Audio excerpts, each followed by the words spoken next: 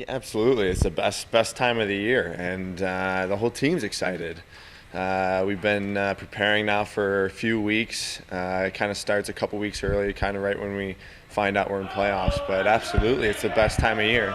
Now, how do you begin preparing for something like this? Because certainly the regular season, 72 games, it's a grind, especially with the way the Stingrays had to get into the postseason. You went on an incredible winning streak, so you have the confidence. But in terms of the playoffs, does anything change? Take us through what maybe your routine might be away from the rink when getting ready for a postseason matchup. Everybody's different in preparation, but for myself, it's the status quo. You know, you keep it normal, keep it regulated. Rest is very important, and I guess just mentally kind of get yourself hyped up. You know, I watch a lot of like YouTube videos of NHL stuff. I don't know if on Facebook I've posted a couple of that too, but I don't know. I just kind of get mentally pepped up for it. Now, you bring up a great point. I asked Rob Bellamy this earlier this morning, is that with the first round here, the playoffs are here, all that excitement, all that energy, but game one, you want to kind of contain it a little bit. You don't want to like shoot off all your fireworks right at the very beginning. You want to, kind of get back to normal hockey, the way that you've been playing, the way you've been seeing success. How do you control that emotion? Because I know everyone is going to be excited. Yeah. How you control it? I'm not sure how you control it. It's that first game's everyone's gonna come out flying. You know, Reading's gonna come out flying, and we're gonna see who's going to be the better team that day, or who, in the long run. So it's not just one game series. So yes, you got to stretch it out, but I mean, that first game is such a pivotal game, and I have a lot of confidence with our group in the room.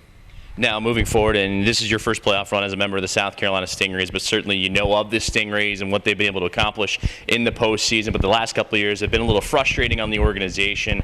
Do you feel any extra hype, any extra anticipation? Because I know for head coach Spencer Carberry, who was with the teams these past couple of years, I know he's really looking forward to trying to turn things around. I was with Greenville last year, and their preparation's a little different than here, and our preparation here is a little more relaxed and a little more, hey, let's just play our game like we've been playing all season long. It's worked, so let's just do that, and that's kind of our mentality here, and I'm pretty confident with that mentality and that preparation way.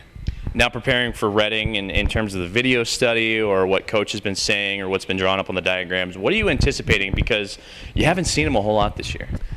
Yeah, we just study a lot of us. I mean, I've been around I know a lot of the players on the team. I've been around for 5 years now, and I kind of know their style. I know their coaching style. I played in Elmira for my third year pro, and we played Reading 16 times or something like that. So I know that personally, and I try and tell some of the guys, like, this player's like this player's like that.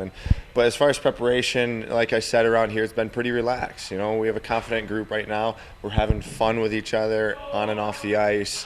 Everyone's enjoying each other's company, and right now the most important thing right now is just mentally preparing. And it's not so much let's get to the drawing board, because we just want to play our game. And how do you, I know you touched upon it a little bit with watching videos and getting ready, but with that relaxation time and not as much time focused on what's going on at the arena, how do you mentally prepare? Do you try and change things up with what you eat, or do you eat maybe a little bit more? Do you take a nap? Do you nap a little bit more? What changes, if anything? I know you said status quo, but I'm sure for everyone in that room, they're looking for that extra edge. Yeah. I mean, there's a lot of young guys that haven't experienced 70-game seasons and coming into playoffs. So, every guy is just kind of doing what their body's telling them to do. Maybe it's hit the gym a couple times just to do some maintenance stuff for the body. Like myself, I hit the gym a couple of times, and during the season it's hard to do with 70 games. Now we've had a couple weeks to relax before playoffs, so I've hit the gym a few times just to kind of do some maintenance work, and but nothing too stressful. As far as everyone else in the team goes, it's kind of like a personal preference. It's what you need to do to get ready. Now, as a team captain and as a part of that leadership group, what has been your personal message to a lot of these guys? Because you mentioned there are some new faces that maybe are just wrapping up their first pro year, but this is the first taste of playoffs for some of these guys.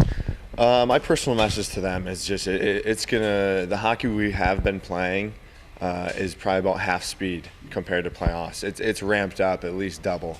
And I've just been stressing that and just letting them know to be prepared for it. And I think we are going to be prepared for it for sure.